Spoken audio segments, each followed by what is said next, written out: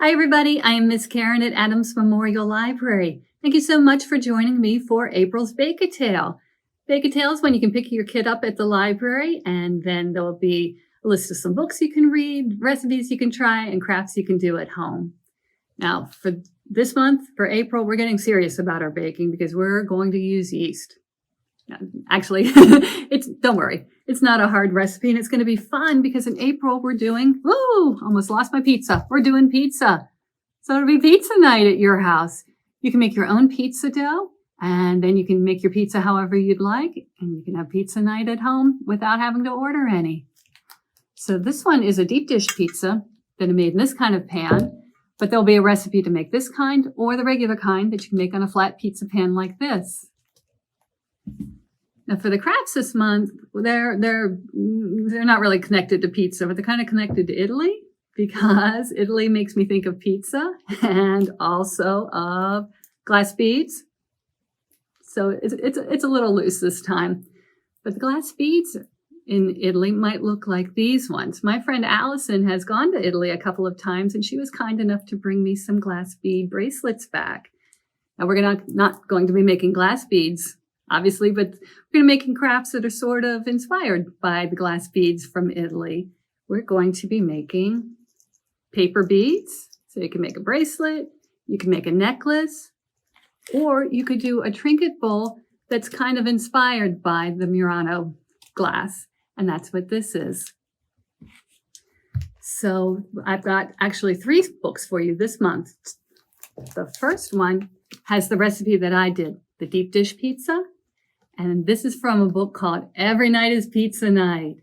And this is written by J. Kenji Lopez Alt and illustrated by Gianna Ruggiero. And in this book, this girl loves pizza so much that every night at her house is pizza night. But she's heard there might be other foods that are good too. So she decides the best thing to do is a scientific experiment to discover if pizza is really the best food. So you have to read the book to find out. Other recipe that's going to be included in your kit is from this book. It's called Pizza at Sally's, and it's written and illustrated by Monica Wellington. And in this book, Sally has her own pizzeria. So it just follows Sally through the day as she gets ready to make the pizzas that she'll sell in her store. And then I also found a book that's about the glass.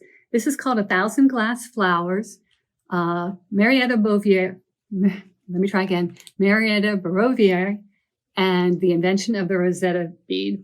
And this is written and illustrated by Evan Turk, and it gives some information about how those Murano glass beads got started. So you can check these books out from the library, and then you can read them while you're ready, waiting for your pizza dough to rise, while you're getting ready to make your pizza. Now remember, always bake with an adult, but it's especially important this month when we're making pizzas because to make the pizza, you have to make the oven really, really, really, really hot. So the pan's going to be extremely hot when it comes out of the oven, so make sure that you're baking together for this one. So you can decide what kind of crust you would like for your pizza. And I actually decided to do the thicker crust because I never made deep dish pizza before. And I thought it would be fun to try. I've made the other kind, so I know that works, but now I know how to do deep dish too. And mine's actually especially deep, especially thick because my pan's a little bit smaller than the one called for in the recipe. It calls for a 10-inch pan, and this is a 9-inch pan, which just meant my pizza crust was a little higher. No problems. As they say in the book, pizza is always pizza, and pizza is always good. So how you do this, it does use yeast. So the dough does need to raise, but it's still very easy. So you'll mix together flour and water and some salt and the yeast and a little oil. And then you mix it together till it turns into a dough. And then you get to knead it a little bit with your hands till it really comes together. And then you oil the pans. It made 2 pans worth of pizza, 2 pans this size. Oil the pans, put the dough in, and put it in a warm place to rise for a couple of hours. And then when it's done rising, it gets bigger, it kind of puffs up. Then you sort of flatten it down again, and then you spread it around into the pan. So it's really easy. Just spread it out so you don't see any of the pan at the bottom. And if you're using the other recipe from Sally's Pizzeria, you'll just spread the dough out on a pan like this. Still easy peasy. So once you've got the dough all set, then it's time to decide what kind of sauce you'd like and what kind of toppings you want on your pizza. Mr. Alex was kind enough to share with me the recipe that his family uses for pizza sauce, so I can share it with you. So that's what I used for this one. It was very easy to make. You just mix up the ingredients, let it sit for a little while so the flavors all blend together. And then when your dough's ready, if you do your sauce ahead of time, your sauce will be ready too. So I put the sauce on the dough, and then I use Parmesan cheese on my pizza because that's what I had at my house. And I use mushrooms because that's what I had at my house because that's what I like. But when you make your pizza, you can decide however you'd like to do it. So you can put whatever kind of sauce you'd like, or no sauce if you'd rather, whatever kind of cheese you'd like, vegetables you'd like. If you want to put meats on, you can do that. Then you put it all together. When it's ready, you put it in a really hot oven. I did not even know my oven went up to 500 degrees, but apparently it does. So put my pan very carefully in the very hot oven, and I only had to bake it for about 10 minutes, and then I had fresh hot pizza waiting for me. The crafts this month they're not super hard. They're a little tricky, and it might help to have two people working together. And sometimes you have to hold things in place, and it might be nice to have an extra set of hands. But the things do need to dry, so they're not super hard, but they're a little bit time consuming. So the bowl, it looks like this. You can put whatever you would like in it, but not food. Don't put food in it. Just put another trinkets. You can put loose change in it. You can put whatever you're collecting in it. So you probably want to put something down to protect your surface first, because you will be working with glue, and depending on what you color with, you might be using paints. It's up to you. And we're actually going to give you some Mod Podge to use to seal it on top. So in your kit, there will be blue, red, and purple pieces of construction paper with circles printed on them. And then the first thing you'll do is just decorate the circles.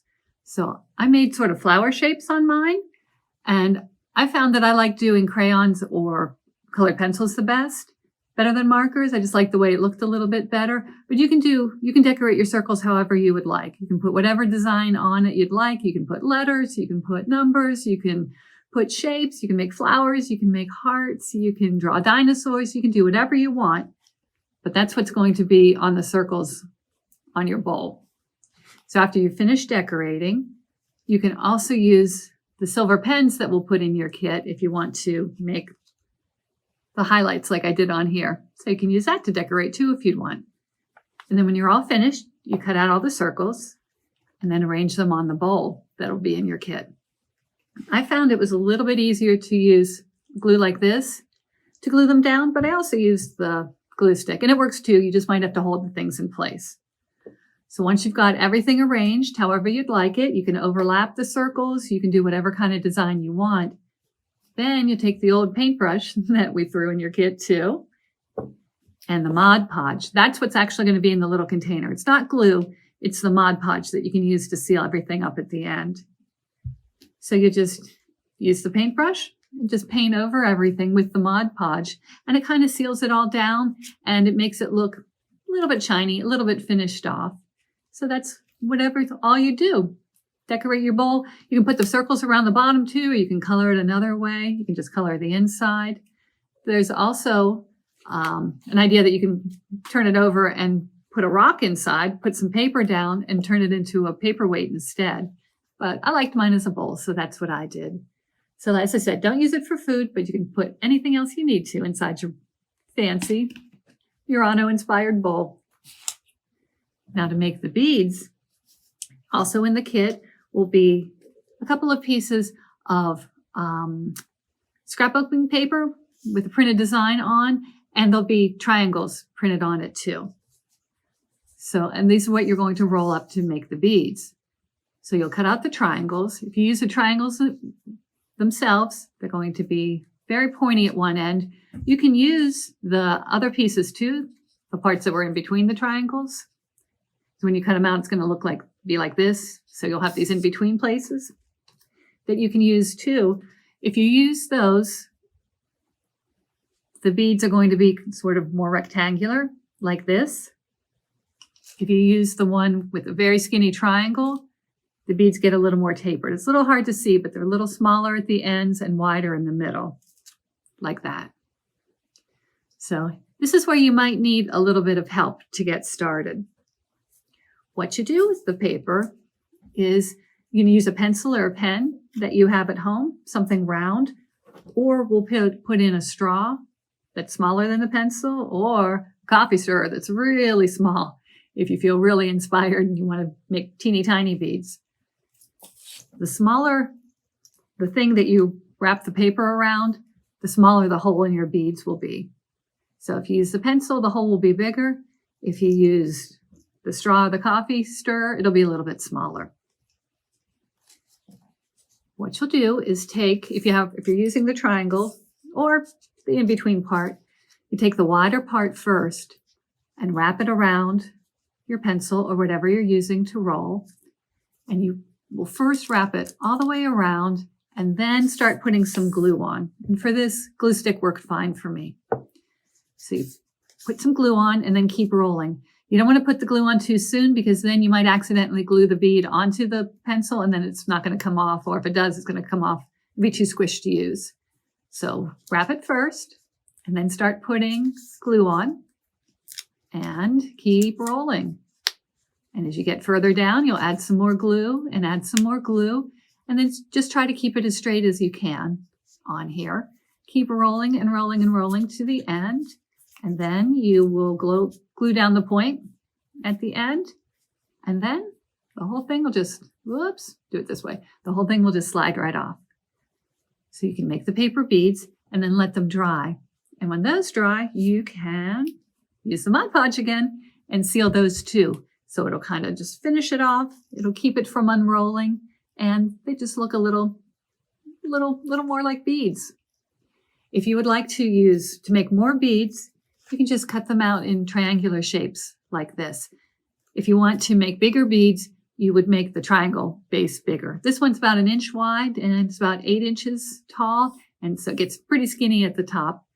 So it makes it a little bit tricky to roll. If you want to make something that's a little bit easier to roll, you can either use the other papers that get wider at the top, or you can just draw bigger triangles and do it that way.